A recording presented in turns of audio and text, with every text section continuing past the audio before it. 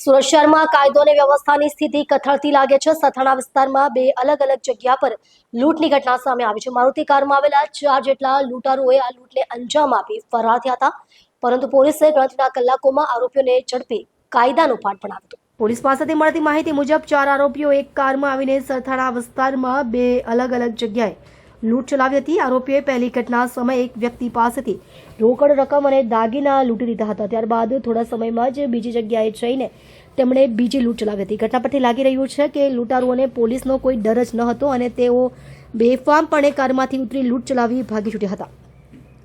જોકે ઘટનાની હકીકત બાદ સથાણા પોલીસે ત્વરિત કાર્યવાહી કરીને 4 આરોપીઓની ધરપકડ કરી છે। પોલીસે આરોપીઓને ઘટના સ્થળે લઈ જઈ રિકન્સ્ટ્રક્શન કર્યું છે।